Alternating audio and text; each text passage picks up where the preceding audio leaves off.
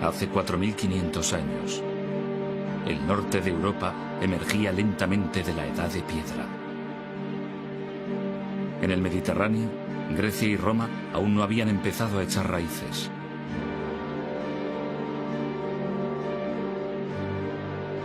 Mesopotamia todavía estaba muy lejos de la llegada del gran imperio asirio. Pero en el sur, en la zona nororiental de África, tomaba cuerpo algo sin paralelo en la antigüedad.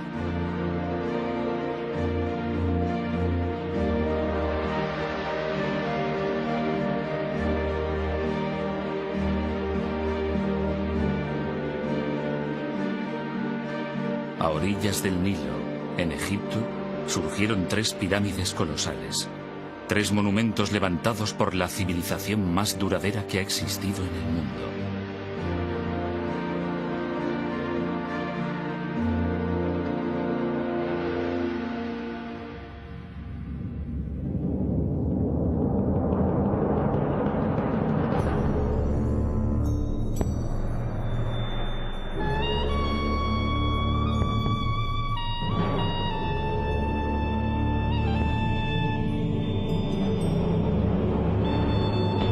Egipto.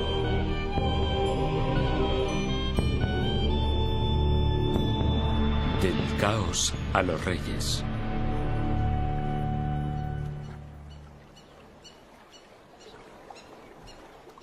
Cuando el historiador griego Heródoto visitó Egipto, 4 siglos y medio antes de nuestra era, quedó impresionado.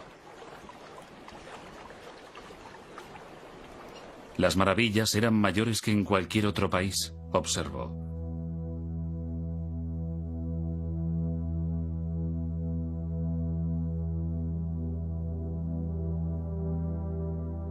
Había pirámides más altas que cualquier construcción levantada en el mundo.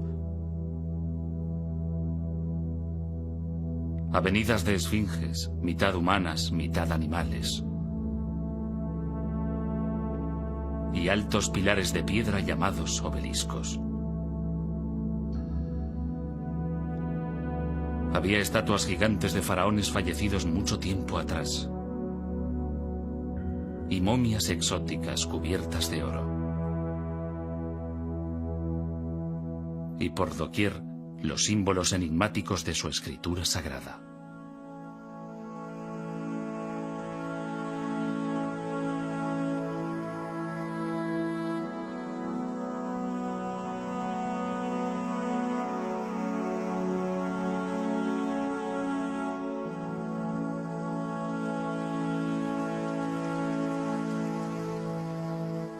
Aquí, llegada de los abismos del tiempo, había una civilización que había florecido durante más de 3000 años.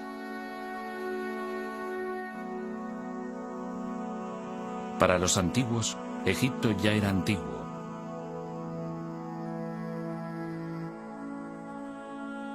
Cleopatra, que reinó en el siglo I antes de nuestra era, está cronológicamente más cerca de nosotros que de los faraones que levantaron las pirámides. Egipto es tan antiguo que durante siglos sus orígenes permanecieron envueltos en el misterio.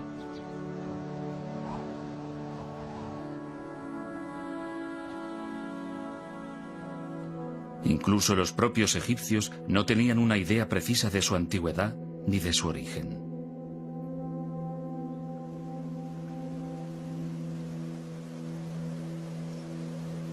Heródoto dijo que Egipto era un don del Nilo. Pero los egipcios sabían desde el principio que la vida en el Nilo podía ser muy precaria. Rodeados por una extensión infinita de desierto, vulnerables ante un río impredecible y un clima que podía cambiar súbitamente, la civilización egipcia se forjó en parte como respuesta a un entorno natural muy duro.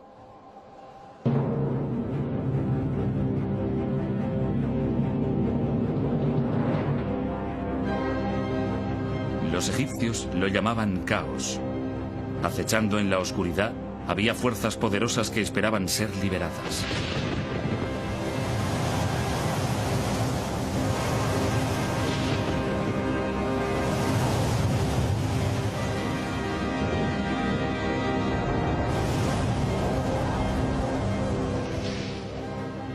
La catástrofe podía llegar en cualquier momento y por ello los egipcios se aferraban a una creencia profunda. El orden, opuesto al caos, era la voluntad de los dioses. Para mantener el orden y dominar el caos, los egipcios imaginaron un rey que era un dios vivo, la manifestación terrestre de Horus, el halcón, el gobernante de los cielos. Enfrentado a él estaba el dios del desgobierno, Set, el precursor del caos. El eterno conflicto entre orden y caos guiaría, finalmente, el destino de la civilización egipcia. Pero la verdadera historia de lo que ocurrió se desvaneció con el paso del tiempo.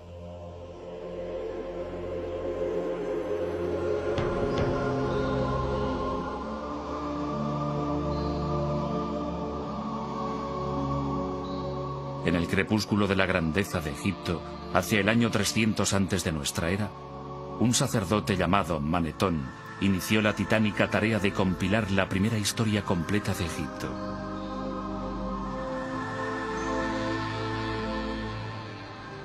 Pudo haber sido un reto desalentador, pero en las bibliotecas de los templos y en los muros de los lugares más sagrados de Egipto ya se habían escrito algunos volúmenes.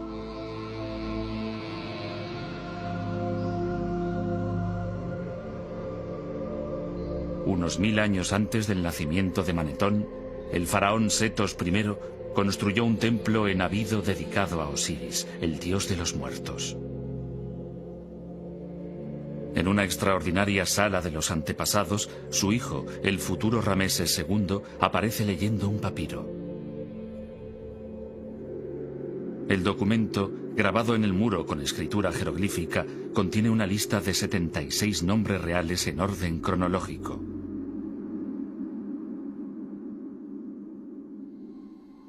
Cada nombre está rodeado por un estilizado anillo de cuerda. Este símbolo, llamado por los egiptólogos cartucho, identifica a un faraón.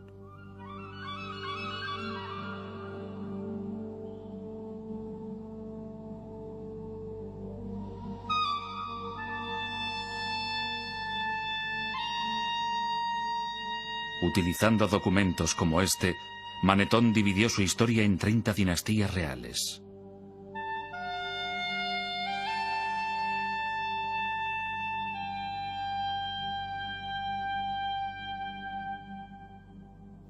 El rey Menes fundó la primera dinastía egipcia hacia el año 3100 antes de nuestra era. Según Manetón, reinó 62 años, durante los cuales expandió las fronteras de Egipto y adquirió una notable fama antes de ser arrollado por un hipopótamo.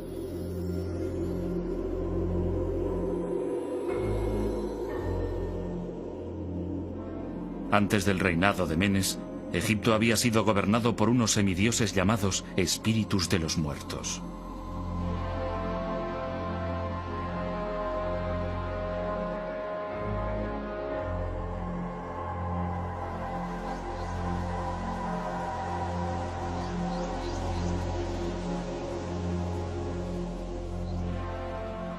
Pero sus nombres se habían perdido en el olvido hacía mucho tiempo.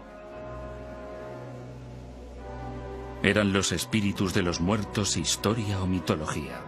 ¿Dónde empezó en realidad la civilización egipcia? Irónicamente, no comenzó en las orillas del Nilo.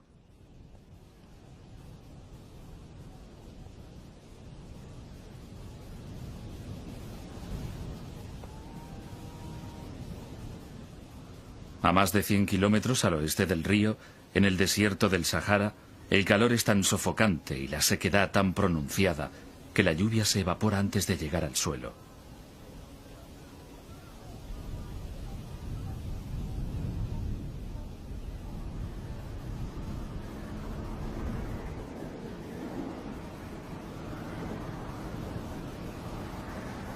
Aquí, en este paisaje desolado, vivió una tribu de nómadas que pudieron haber sido los antepasados de los faraones.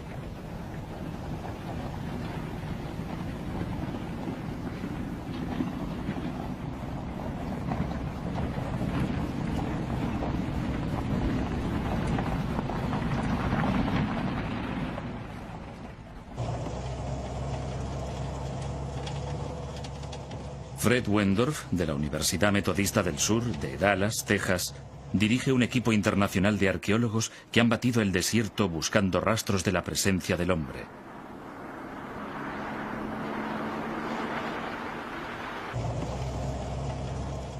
En 1974 localizaron un antiguo asentamiento en el borde de una depresión poco profunda que llamaron Playa Napta.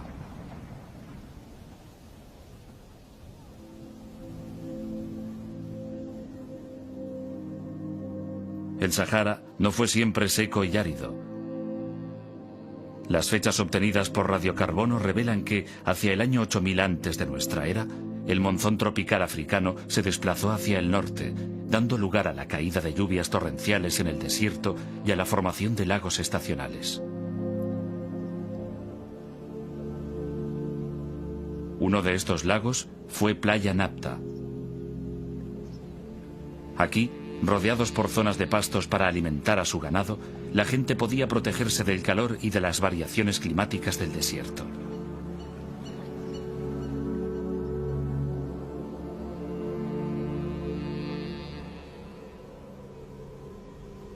Pero la lluvia era impredecible, y sin ella el lago se secaba. 3 días sin lluvia señalaban el paso de la vida a la muerte.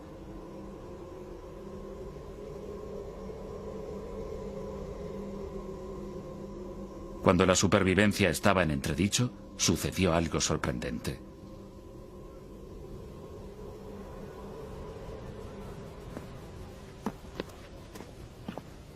El codirector de la expedición, Romuald Schill, de la Academia Polaca de Ciencias, descubrió un pequeño círculo de piedra, un Stonehenge en miniatura, pero 2000 años más antiguo. En su opinión, pudiera haber servido para predecir la llegada de la estación de las lluvias. Este humilde montón de piedras que se ve aquí es, en realidad, uno de los calendarios más antiguos que conocemos. Consistía en un anillo y 2 alineaciones de piedras verticales que yo llamo puertas. Pueden verse aquí y allí, y una de las alineaciones señala exactamente el norte. La otra, que se ve aquí, orientada en esta dirección, señala la posición del Sol el 21 de junio. Este día comienza el verano, comienza la estación de las lluvias en esta franja de África.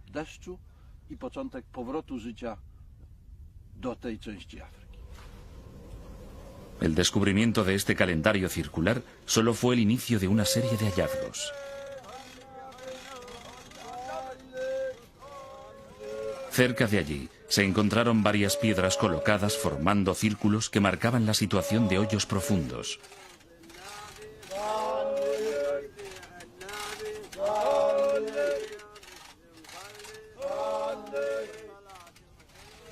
Las piedras, algunas de las cuales pesaban más de 1,5 toneladas, no procedían de Playa Napta, habían sido llevadas hasta aquí desde una lejana cantera. Para los habitantes del desierto, transportar grandes piedras y levantarlas era algo que requería un inmenso esfuerzo y mucha organización. Siendo así, ¿por qué lo hicieron?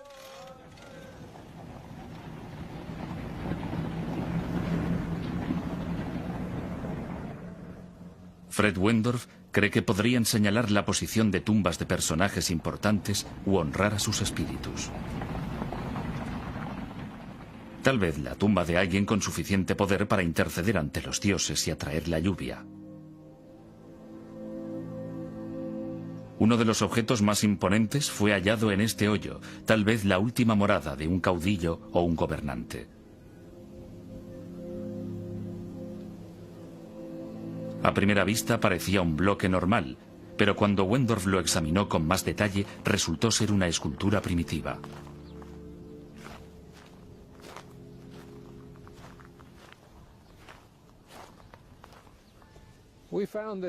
Encontramos esta piedra de enormes dimensiones y muy bien labrada en este hoyo, 1 metro por encima de una gran roca que tiene forma de hongo y que le servía de base. Se puede comprobar que fue cuidadosamente trabajada. Las superficies fueron perfectamente pulidas y las aristas afiladas. También se aprecia que sabían cómo controlar el tamaño del bloque haciendo las incisiones que se ven en esta cara. Después, mediante una cuña, quitaban los pedazos sobrantes en los lugares exactos que querían. Es un ejemplo impresionante de piedra labrada y podría señalar el inicio de la fascinación de los egipcios por los trabajos con grandes piedras.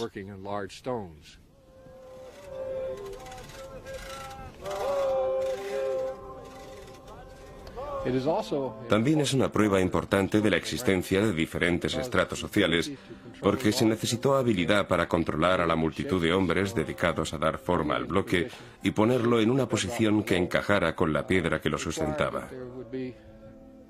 Para ello fue necesario que un gran número de hombres trabajara durante un largo periodo de tiempo, lo cual indica que quien los mandaba tenía una categoría superior a la de los demás. Aquí, hace 7000 años, los primeros y toscos monumentos de Egipto surgieron del desierto para honrar a un rey caído y para llevar orden al caos.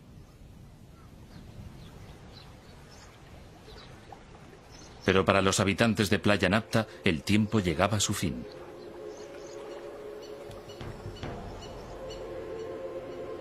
Hacia el año 5000 antes de nuestra era, el monzón de verano volvió a cambiar de ruta, dirigiéndose ahora hacia el sur. La lluvia finalmente cesó y los oasis, como el de Playa Napta, se secaron para siempre.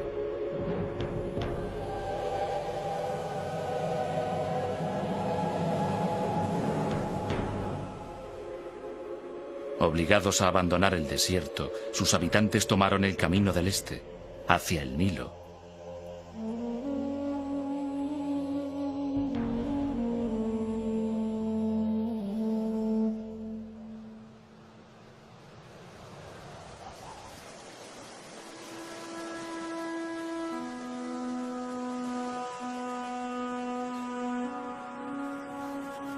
El Nilo es la sangre que da vida a Egipto.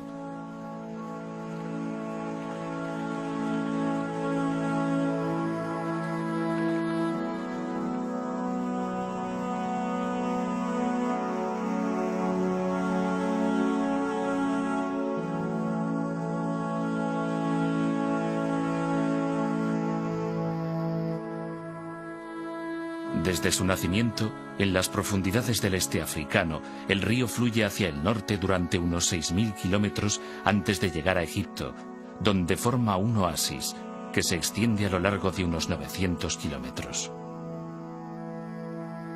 En los últimos 150 kilómetros se despliega en un amplio delta antes de desembocar en el mar Mediterráneo.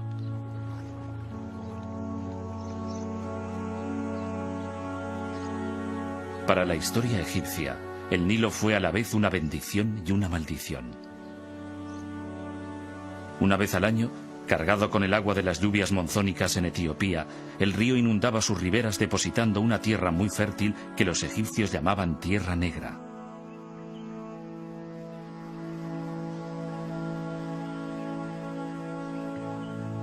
Sin el río, Egipto sería estéril. Con él, es una de las regiones más fértiles de la tierra.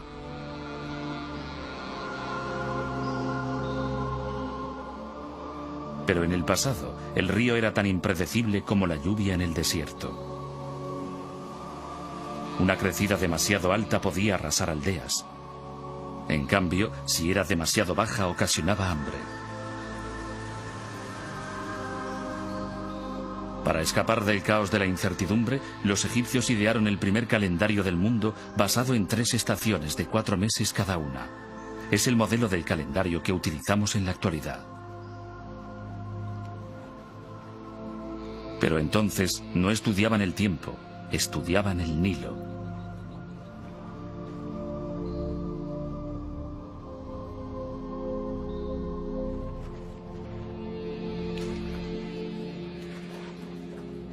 La estación de la crecida se llamaba inundación. En invierno, cuando el agua se retiraba, se procedía a cultivar la tierra emergente. Durante la estación seca, cuando el Nilo estaba en su nivel más bajo, se realizaba la cosecha.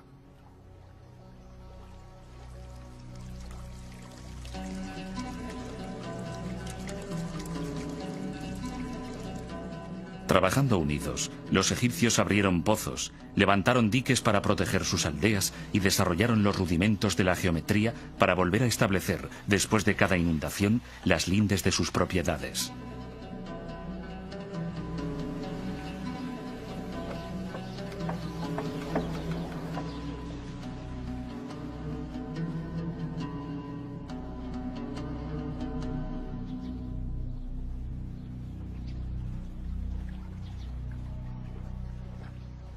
En el año 4000 antes de nuestra era, cuando los habitantes de Playa Napta ya se habían instalado en el valle del Nilo, empezaron a aparecer los primeros indicios de la civilización egipcia. Alfarería bellamente decorada. Paletas en forma de animales para mezclar cosméticos.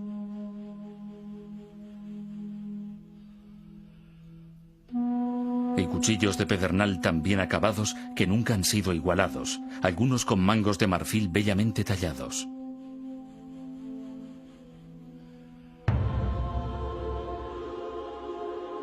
Gradualmente, entre los años 4000 y 3000 antes de nuestra era, emergieron dos poderosos reinos.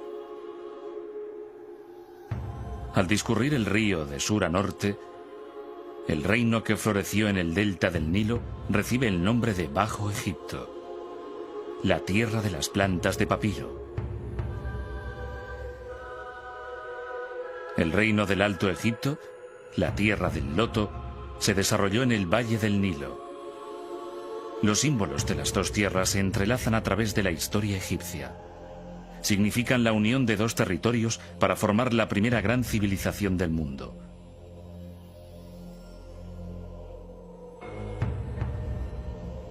Lo que ha desconcertado largo tiempo a los arqueólogos es cómo y cuándo tuvo lugar esta unificación. René Friedman, de la Universidad de California en Berkeley, y sus colegas están buscando pistas de ello en la antigua capital del Alto Egipto.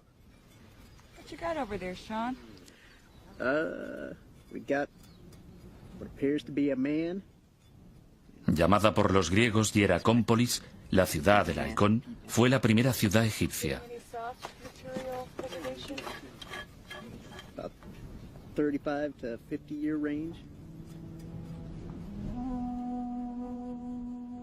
Sus monumentos y construcciones desaparecieron hace tiempo. En su lugar se encuentran por doquier agujeros abiertos por los ladrones. Hace un siglo, los arqueólogos creyeron que todo lo que quedaba en el desierto era un cementerio saqueado y que no valía la pena excavarlo. No podían imaginarse que en la arena se escondía una gran riqueza de nuevas informaciones.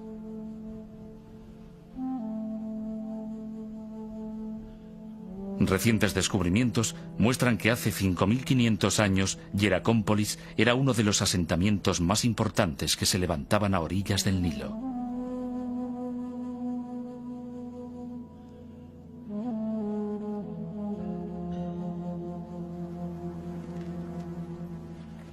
Tenía unos 3 kilómetros de longitud y era una comunidad bulliciosa de agricultores, administradores, artesanos y alfareros. Un alfarero manufacturaba objetos de barro para sus vecinos. Firmaba sus vasijas presionando con el pulgar sobre el barro húmedo en el borde de las piezas. 5000 años más tarde, los fragmentos de esta cerámica aún cubren el terreno inmediato a su horno.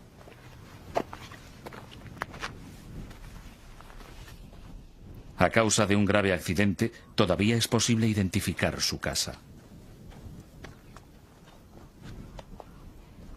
Estos son los restos de la casa del alfarero.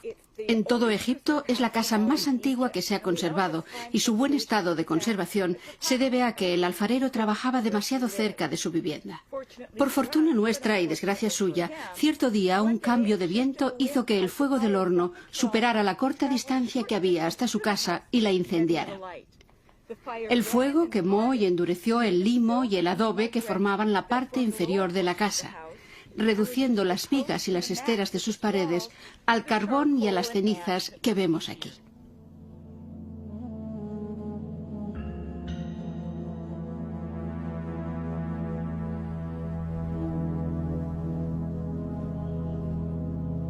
En la parte norte de la ciudad había un vasto complejo industrial donde se hallaban panaderías, graneros para almacenar trigo y las primeras cervecerías conocidas de Egipto.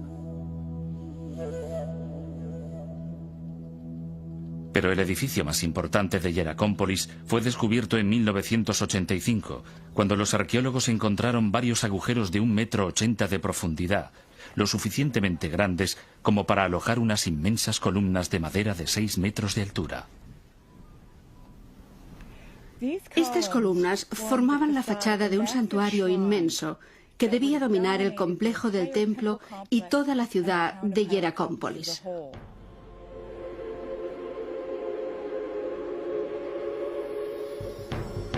Es el primer templo conocido de Egipto.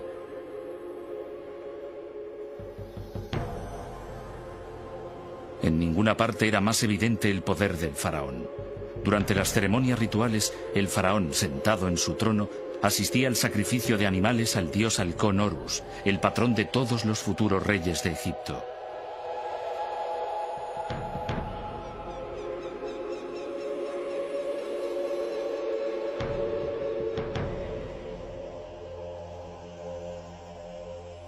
Pensado para recordar la silueta de un animal agachado con cuernos y una cola, el templo estaba ricamente decorado con esteras de colores y pilares, tal vez hechos con cedros importados del Líbano.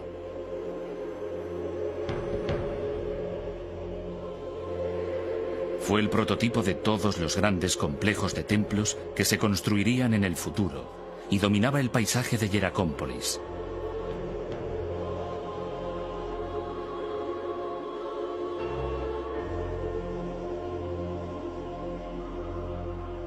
Pero a la ciudad del halcón le salió una rival en Buto, la capital del Bajo Egipto.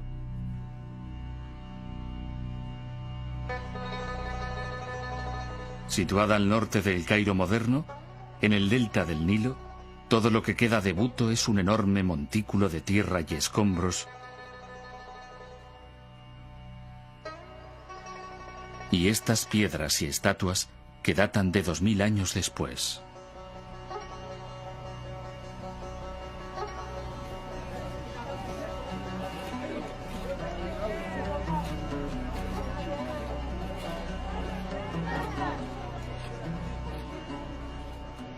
A pesar de todo, en esta zanja los arqueólogos han descubierto fragmentos de centenares de utensilios de barro que proceden del mismo período que Hieracómpolis, 3500 años antes de nuestra era, e incluso de antes.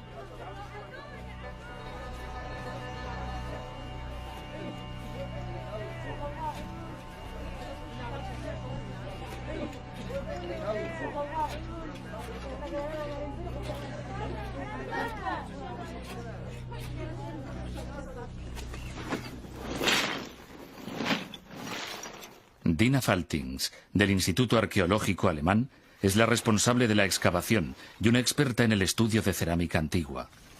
Reuniendo fragmentos y comparándolos con la cerámica de Hieracómpolis, realizó un descubrimiento sorprendente.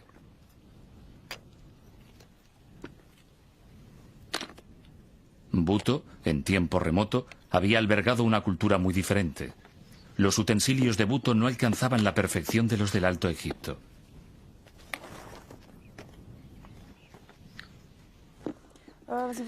Tenemos aquí una vasija de cerámica formada por una base y unas láminas verticales dispuestas a su alrededor que simplemente fueron unidas y calentadas superficialmente para fijarlas al conjunto. Se trata de una técnica poco evolucionada. En contraste con esto, tenemos algunas importaciones del Alto Egipto, como esta vasija. Es pequeña y elegante, de mayor calidad. Se observa incluso con el sonido. Las paredes son delgadas y la técnica más depurada. En el Alto Egipto tenían mejores hornos y evidentemente los habitantes del Bajo Egipto que hicieron estas vasijas lo sabían. Trataron de imitarlos, pero como su conocimiento del oficio y su desarrollo técnico eran inferiores, Los resultados fueron deficientes, como ponen de manifiesto estas vasijas que hemos encontrado.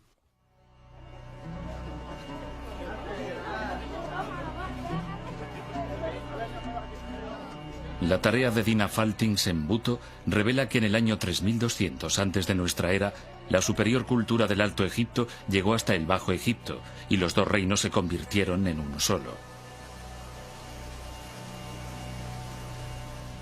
Pero, ¿fue una transformación pacífica? ¿O fue sangrienta?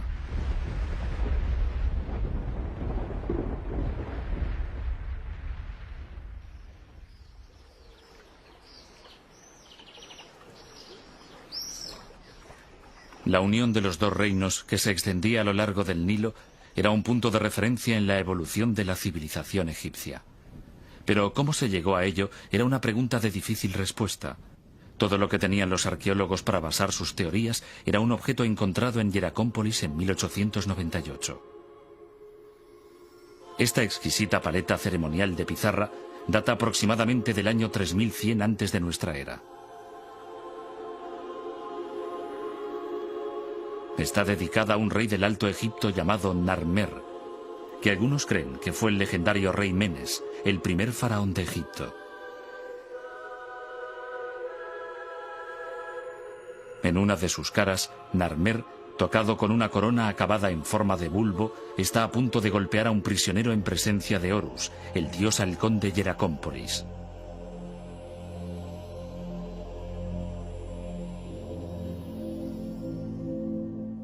En la otra cara de la paleta, Narmer, tocado con una corona adornada con una lengua enroscada, aparece en una procesión que se dirige hacia unos prisioneros decapitados.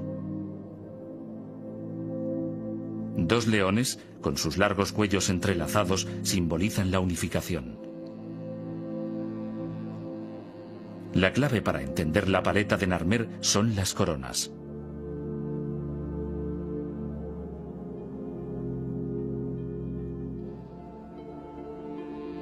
En el Alto Egipto, el rey llevaba una corona blanca con el extremo superior en forma de bulbo. En el Bajo Egipto, una corona roja con una larga y prominente lengua. Juntas forman una doble corona que significa que el faraón se ha convertido en el señor de las dos tierras.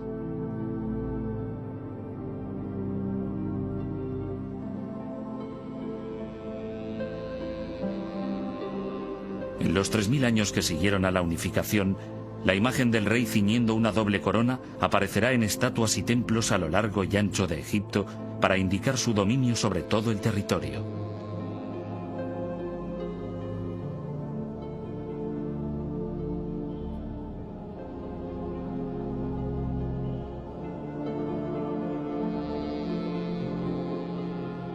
La paleta de Narmer parece confirmar que la unificación se llevó a cabo después de una conquista sangrienta. Durante un siglo fue la única prueba de ello, hasta que apareció un pequeño objeto en el cementerio real más antiguo de Egipto, Abido.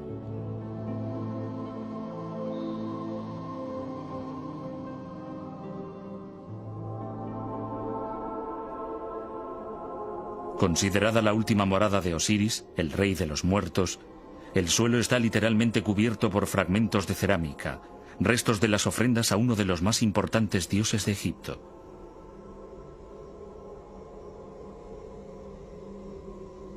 Mucho antes que los faraones construyeran las pirámides o tallaran sus tumbas en el Valle de los Reyes, los primeros gobernantes de Egipto fueron enterrados aquí en grandes tumbas construidas con adobe.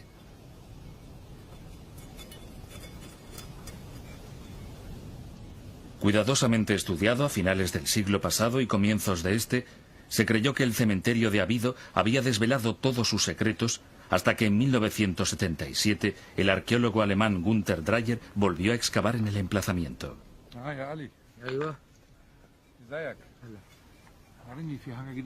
Desde entonces, él y su equipo han investigado de nuevo las tumbas de varios de los primeros reyes, incluyendo la del rey Narmer.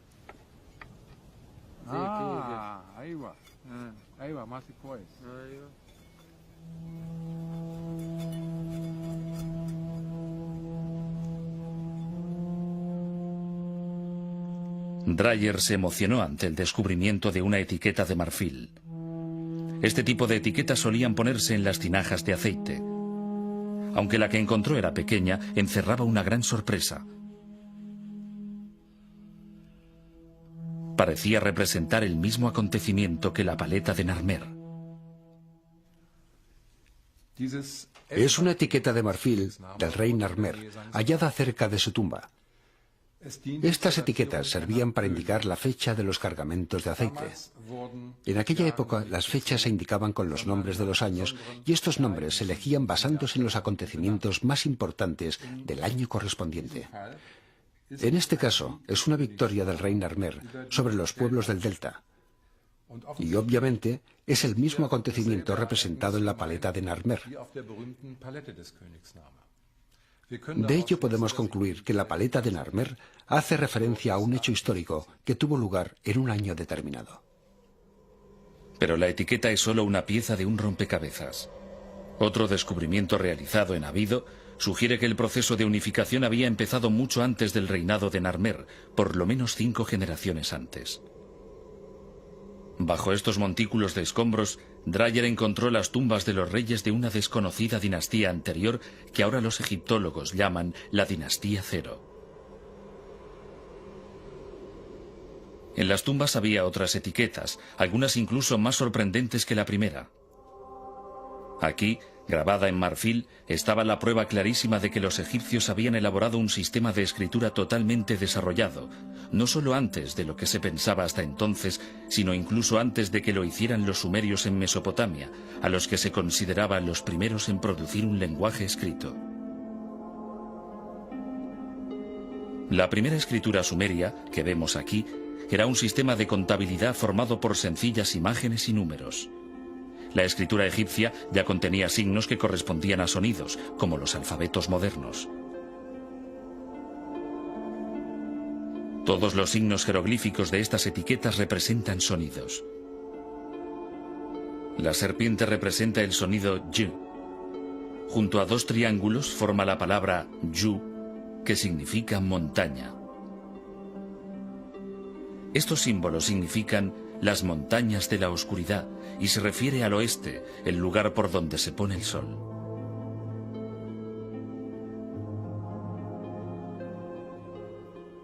Los jeroglíficos de otras etiquetas indican que el rey ya recaudaba impuestos en el Alto y en el Bajo Egipto, una clara señal de que la unificación ya se había producido. Para consolidar el reino, se construyó una nueva capital en el punto de encuentro del Alto y el Bajo Egipto. Fundada por el rey Menes, que algunos egiptólogos creen que es el histórico rey Narmer, Memphis estaba destinada a ser la mayor ciudad del país.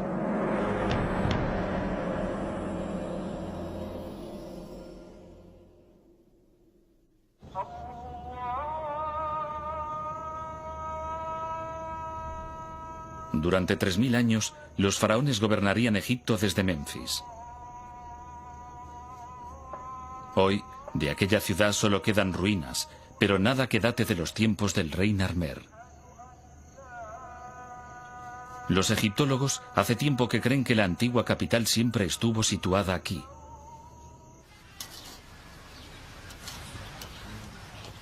Pero David Jeffries, de la Sociedad de Exploración de Egipto, piensa que Memphis estaba en otra parte, y ha dedicado 9 años de su vida a buscarla.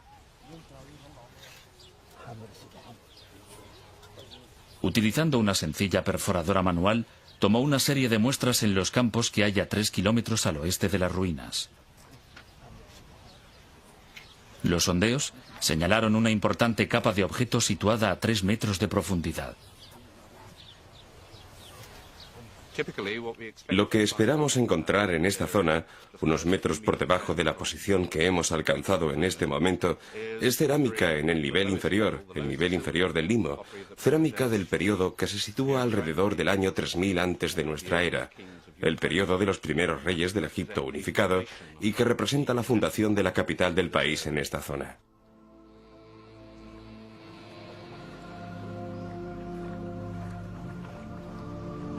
¿Cuál pudo ser la causa de que la primera capital de la nación, una gran ciudad con palacios y templos, casas y edificios administrativos, decidiera cambiar de emplazamiento?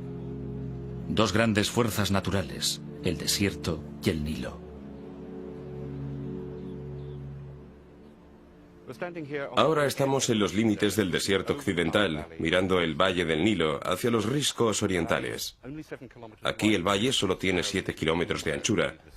Es tan estrecho como en cualquier otra parte del norte del valle, y lo que creemos haber demostrado, estamos mirando hacia el área donde hemos estado haciendo estos sondeos, lo que creemos haber demostrado es que aquí el río fluía muy cerca de los límites del desierto y que la ciudad se extendía a lo largo del río, exactamente debajo de donde nos hallamos. Y que al llegar la arena del desierto occidental y al mismo tiempo desplazarse el río hacia el este, la ciudad siguió el movimiento del río hasta donde hoy están las conocidas ruinas de Midrashina, a unos 3 kilómetros a través del valle. El caos de los cambios del Nilo, por una parte, y el crecimiento del desierto, por otra, persiguieron a los egipcios durante toda su historia.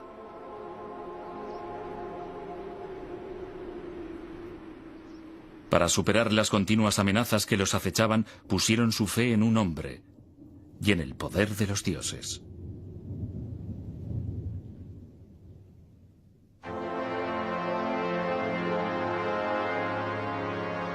Para protegerse del desastre, los egipcios confirieron a su rey un poder absoluto y le adoraron como a un dios.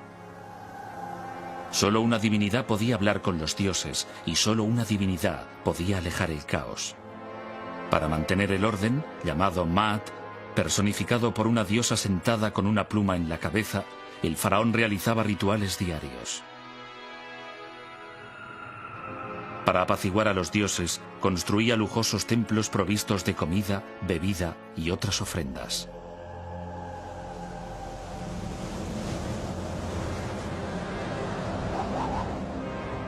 El caos se presentaba bajo varias formas. Podía manifestarse como una violenta tempestad de arena procedente del desierto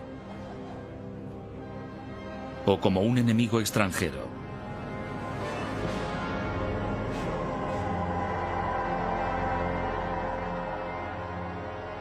A través de la historia egipcia se repite una y otra vez la imagen de los faraones como guerreros triunfantes. Esta de Rameses II se encuentra en un templo construido unos 2000 años después de que Narmer conquistara el Bajo Egipto.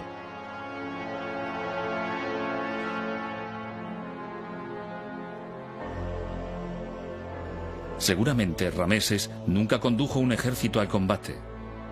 La imagen es más simbólica que real.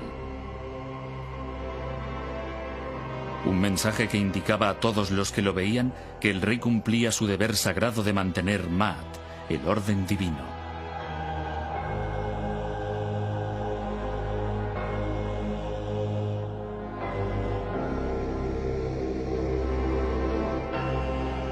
Parece más probable que los faraones supervisaran sus campañas militares a distancia.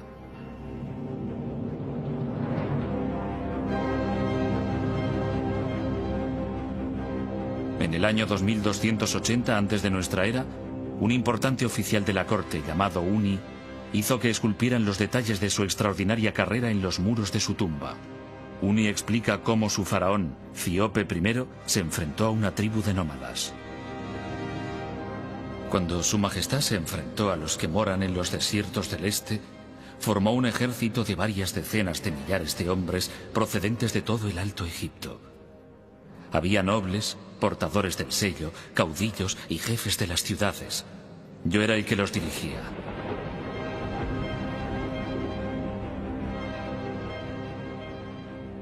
Este ejército volvió sano y salvo. Había asolado la tierra de los moradores de la arena. Había saqueado sus plazas fuertes. Había incendiado sus mansiones.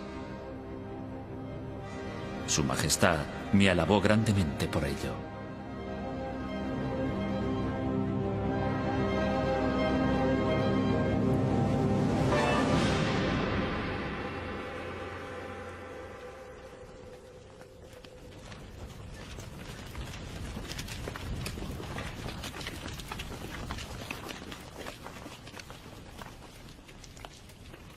Con un tremendo poder y una gran fuerza destructora, el caos podía también surgir de la nada.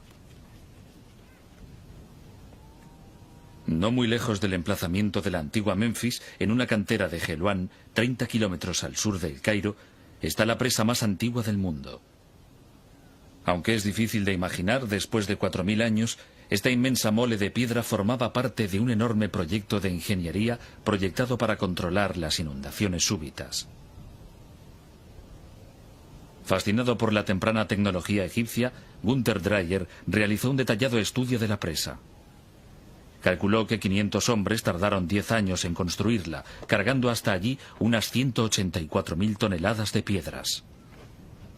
La presa era un intento extraordinario de dominar el caos. Por desgracia, no funcionó. La presa atravesaba el Wadi, desde allí hasta ahí.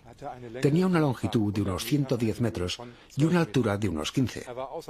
Era una construcción bastante sólida. La sección transversal habría tenido este aspecto. En la base, su longitud sería de unos 100 metros, en la parte superior de 60 metros. Estaba dividida en 3 partes. En el centro, un terraplén de arena, y en los 2 lados un conjunto de piedras sin labrar cubiertas con bloques de piedra caliza. Por desgracia, una crecida se llevó la presa antes de estar terminada.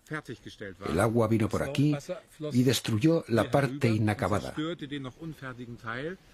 Después, en unos minutos, enormes cantidades de agua bajaron por el Wadi y destruyeron todas las instalaciones inferiores. Así, el trabajo de unos 10 años y 500 hombres fue en vano.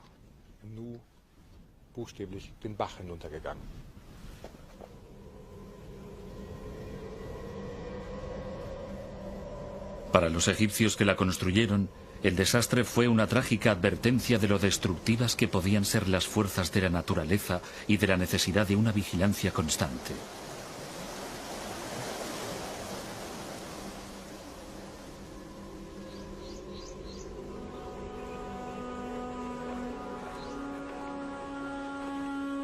Fue la particular visión del cosmos de los egipcios, moldeada por su entorno, la que sostuvo la civilización más duradera del mundo.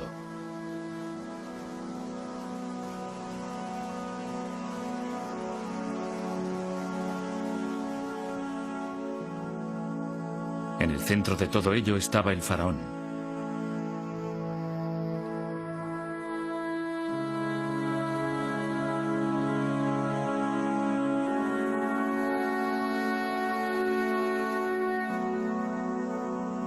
Con las artes forjadas por sus antepasados en el desierto y perfeccionadas a lo largo de las orillas del siempre cambiante Nilo, mantenía la balanza del universo con justicia y devoción.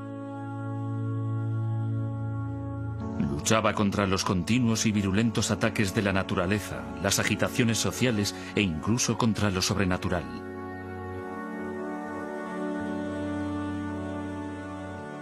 Pero al final, había una última batalla contra el caos de la que nadie podía escapar. Aunque el faraón era un dios, también era un hombre. Debía morir.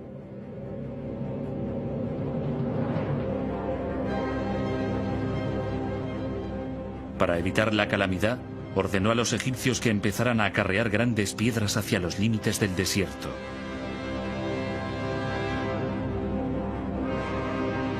Lentamente, surgió una nueva clase de monumento que debía simbolizar el triunfo final del rey.